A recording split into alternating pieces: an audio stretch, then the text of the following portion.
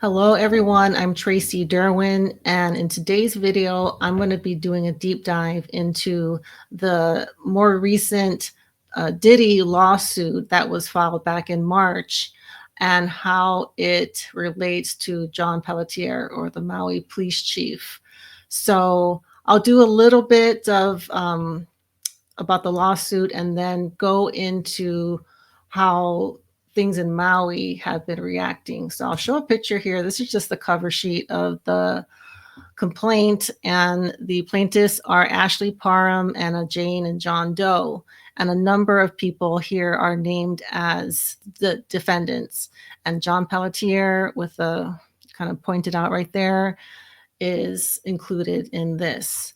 So the reason that this is such a big deal is because, so John Pelletier, I've been reporting on him for a while since the fires. So he was there during the Lahaina fire. He was also at the shooting in Vegas outside the Mandalay Bay Resort. I do want to clear something up though. He was not the incident commander. The actual incident commander is named Ray Spencer, and you can look him up, and there's a documentary made on him. But Pelletier was a captain on the strip at that time, and he was responsible for bringing forth the after action report. So I know a lot of people think that he was the incident commander, and it's probably because that's what he put on his resume to get this chief position. So the first bullet point here under accomplishments is that he was incident commander. But I do want to clear up that that is not the case. That is a lie. And it is very easy to verify if you guys want to look that up.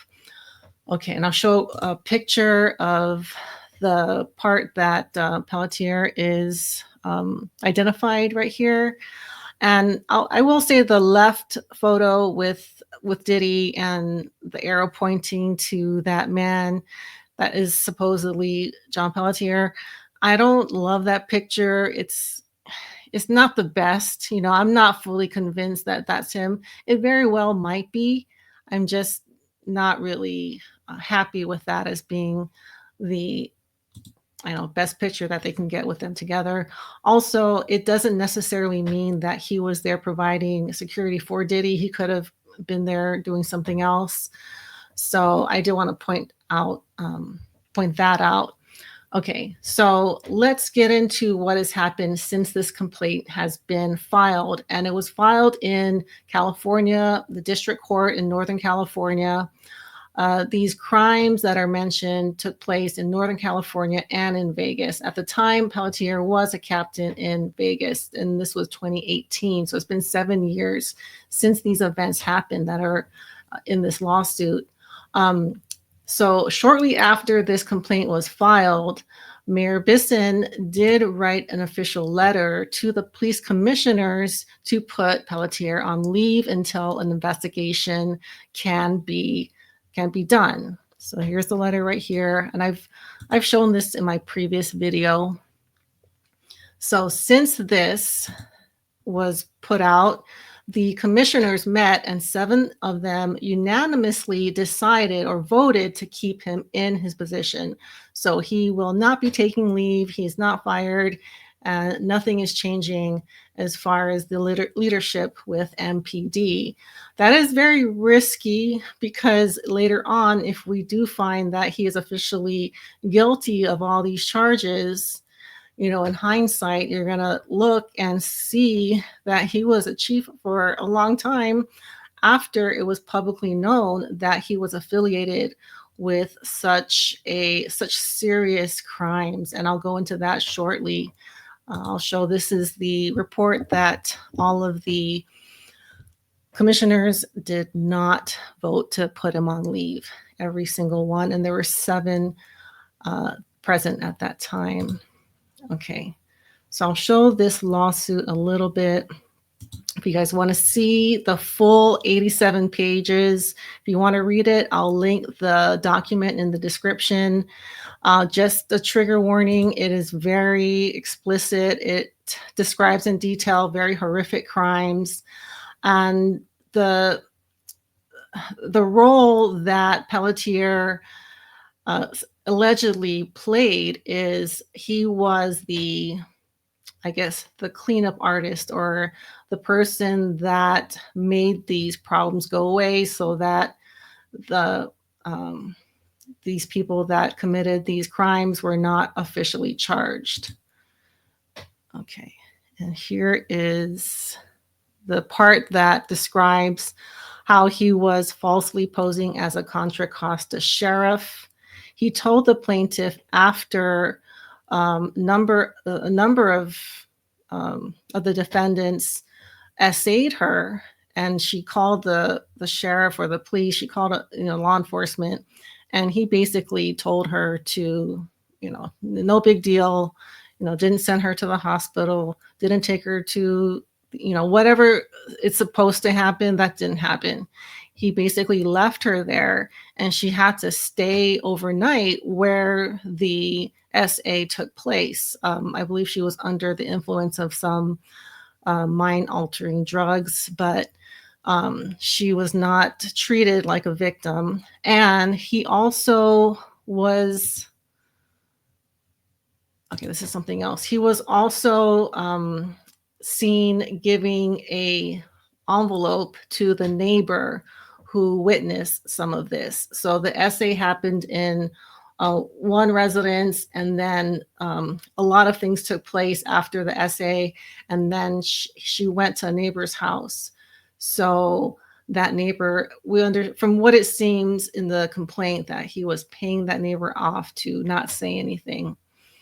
Okay, so this complaint, again, it's a very long complaint. It involves multiple incidences, so it's not just one thing.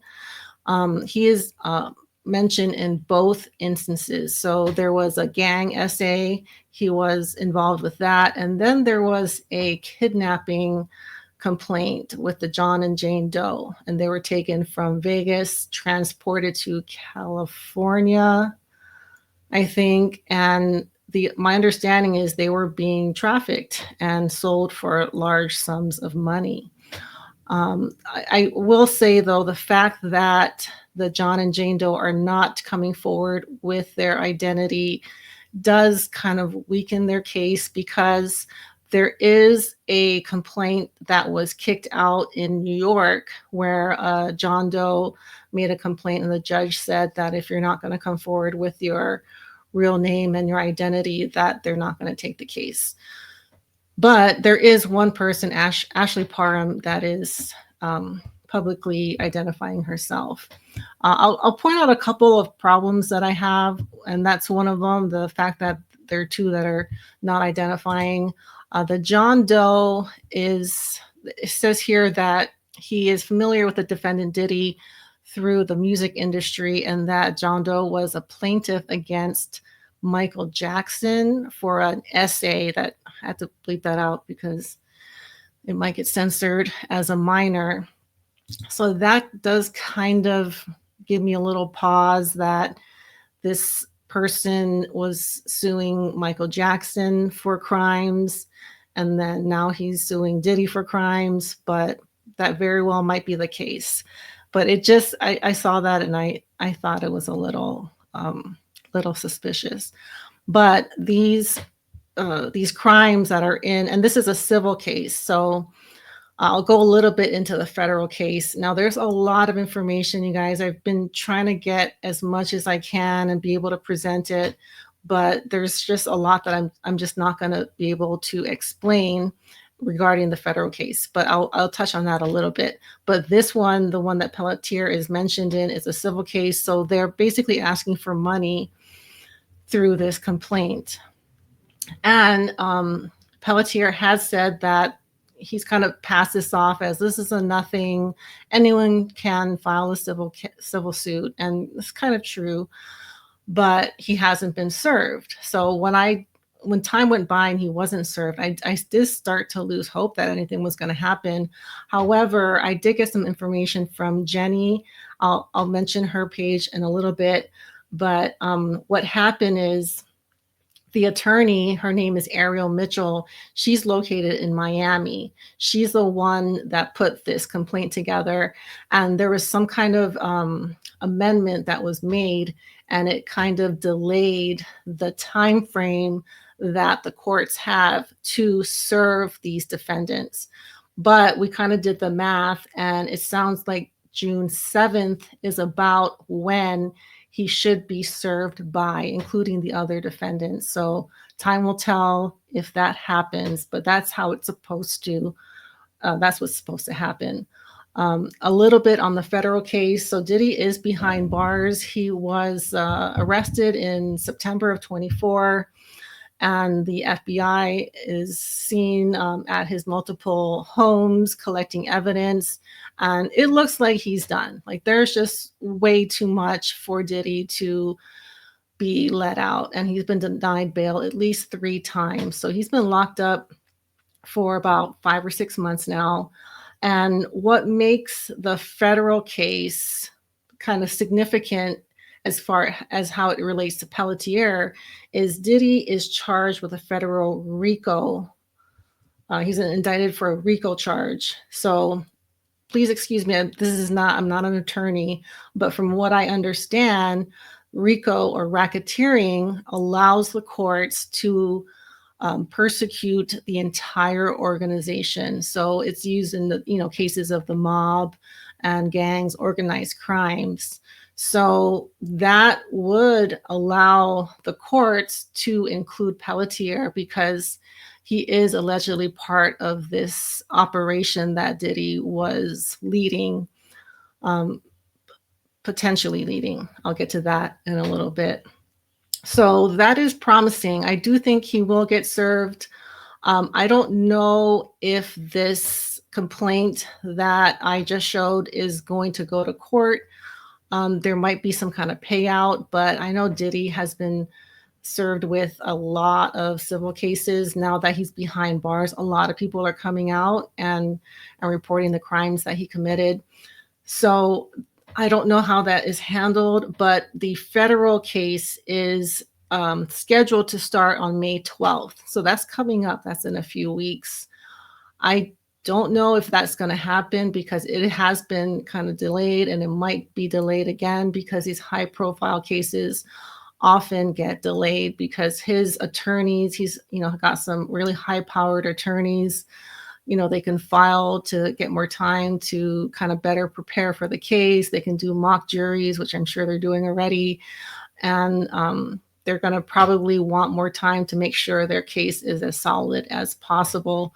And kind of hearing what they have, the defense is going to really need a lot of a really strong defense. I don't know how else to say it, but it seems like there's just so much evidence against Diddy and so many victims coming out.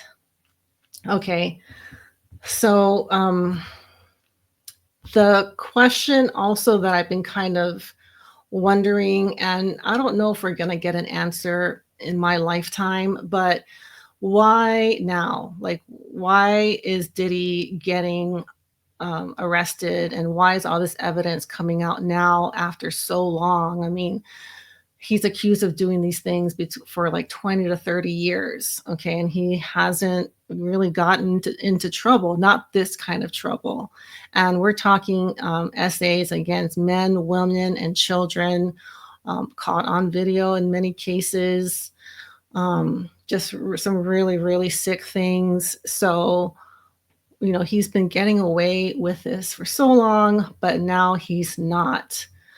My opinion is that he's being used as sort of a sacrificial lamb because he's probably part of something bigger. So there's probably forces above him, more powerful than him. But because there is more awareness of this, the trafficking going on and organized crime doing things that were in this complaint, they have to, I think, give someone up. And I think in this case, that's Diddy. So I don't think he's getting out of jail, not in this life, at least. So that's kind of my perspective. And a lot of people are kind of hinting at, putting connections between Epstein and Clive Davis, who Diddy worked for back when he was starting out. So I do think he's not the very top of the pyramid. I think there is other people above him, and they got to give someone up, and that happens to be him. So that's my opinion, but time will tell. I really hope the federal trial starts fairly soon, and that way we will get more information and we'll find out if Pelletier is implicated in the RICO charge for the federal case, and that will be huge. I don't know how he would get out of that one, but we'll see what they do. But that's what I wanted to share with you guys today. If you haven't subscribed, please do so before you leave. Oh, before also, please follow Connect the Dots with Jeni. She's on TikTok and Instagram. She's awesome. She is putting out really good information regarding Pelletier and the Diddy case. And she's on Maui, so she's closer to the situation. So she's got like a better grasp of Maui and what's going on there. So please go follow her. She's doing amazing work. Her channel is getting a ton of views, and she just started it like 3 weeks ago, not even a month ago.